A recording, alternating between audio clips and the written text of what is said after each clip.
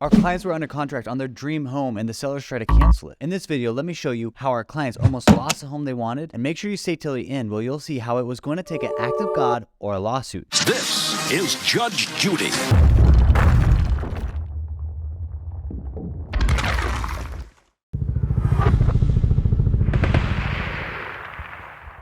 Now, I'm not an attorney and every contract is going to be different depending on what state you are in. But as we look at Idaho's, I know there's going to be lessons that you can learn and apply regardless of what state you're in. Now, in Idaho, majority of our contracts are more favorable to the buyer.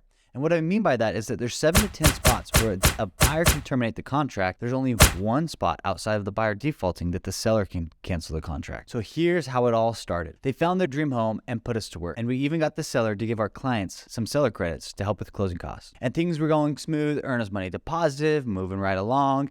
And then we had the inspection. And this, my friends, is where things got dicey. Now, depending on what kind of property you have, or you have under contract, is going to depend on the kind of inspections, whether it be septic, zoning, well inspection. For this home, particularly, we only needed a home inspection. Inspector found a lot of things. Even though this house was completely remodeled, there were a lot of items that needed to be finished. Which reminds me, don't let emotions get in the way and make sure you get your home inspected. Just take a look at this list. Roof decking broken, missing flashing, broken smoke detectors, doors aren't closing, loose toilets, and much more. And this is where we started to play the poker game with the seller. What I mean by this is the buyer gets to decide if they want to ask for these items or not.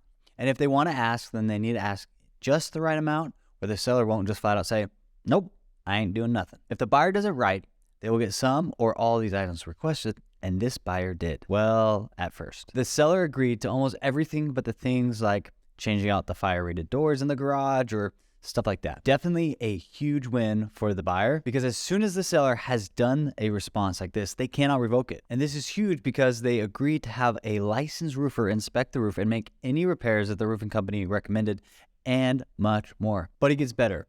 Once the seller has agreed to a portion, the buyer still gets to try and get the rest of the stuff done by the seller. Or if they don't get all of it, then they can cancel the contract. This seller and agent thought otherwise. Knowing that the seller couldn't back out, we advise our clients to try and get other items taken care of. So we asked them with a formal form called a RE10 here in Idaho. And the seller was game until something all of a sudden switched. All of a sudden, we got an email that said, hey, we are terminating this contract from the agent. And this kind of left us scratching our heads on what grounds does she have to do this? So as politely as we could, we informed her that only the buyer had the right to terminate the contract. And she must have not liked this. This is where it goes downhill fast. And I mean fast. So why do you think that she tried to cancel the contract? Was it because somebody came along and offered maybe a more money?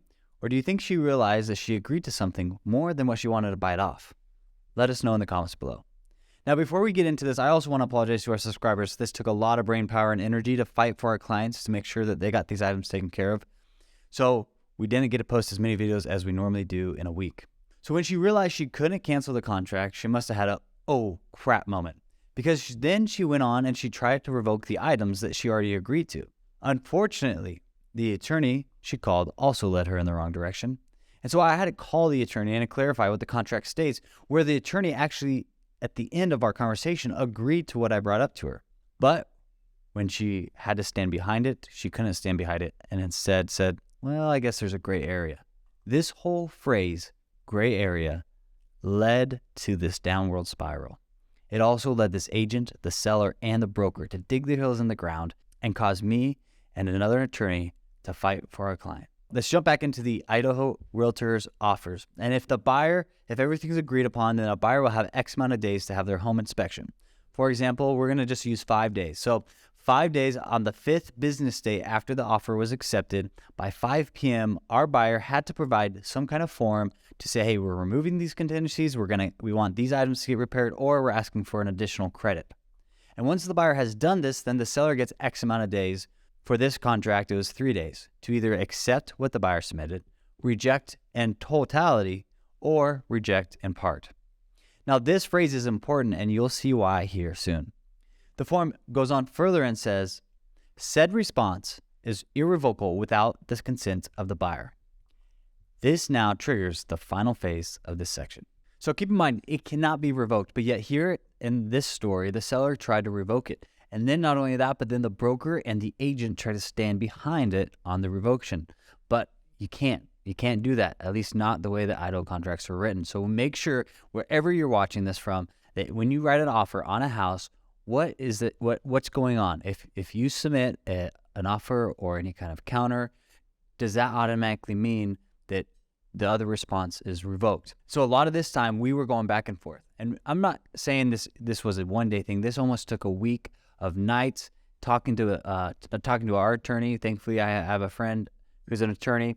And so walking through all of this kind of things, they tried to revoke it. We went back and forth, told them that they couldn't revoke it. They couldn't do this, and walking through all these things. And then it gets even crazier. So we finally have this moment. I'm driving I'm driving my kid to football practice, and I get a call from the Idaho Realtors attorney. And I call and I explain, and I ask him, hey, now, according to this phrase, it says that a seller may reject in whole or in part, or they rejected to have a total rejection or a partial rejection. And when I brought this to his attention, he then agreed with me that if we were to respond with a second RE10, that we are not rejecting it in whole, we're just rejecting part of it, meaning that we didn't allow the seller to revoke it.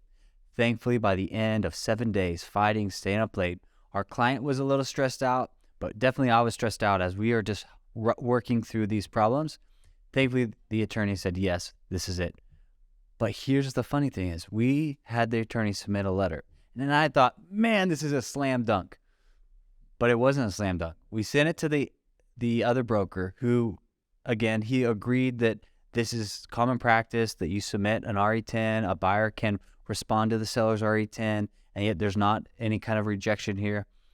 Then he completely changes the story. I'm like, actually, even though this has been practice, I don't think this is the way that it's supposed to be done anymore. Well, he told me in an email, hey, if you get a letter from the Idaho Realtors attorney stating that a buyer can respond to a seller's without rejecting it, then him and his clients would submit and take care of all the items that they took care of, or all the items that they originally all the items that they wrote that they would take care of. Well, we had the attorney, he wrote the offer, he wrote the letter to the other broker, and the broker, instead of me getting a, woohoo, yes, we're going to take care of this, says, we're going to read this and we'll get back to you. And my head again sank because I'm like, does this mean we still have a long battle to fight? Keep in mind, we're 1 week away from closing. So I know that there's certain things, like with the roof repairs, all this kind of stuff is not going to happen just overnight. It's going to take some time to get it taken care of. And now I'm like, oh my goodness. Thankfully, about 5 hours later, I got an email from the broker saying, yes, we're going to take care of these things. Now here in Idaho, not only do they take care of those items, but you get the opportunity to go back and re-inspect it. And I always encourage our clients, as well as I want to encourage you guys as listeners, if you have an inspection, you ask for some things to be taken care of, make sure you go back and re-inspect it. I'm going to share this one last story with you guys, and then I'm going to let you go.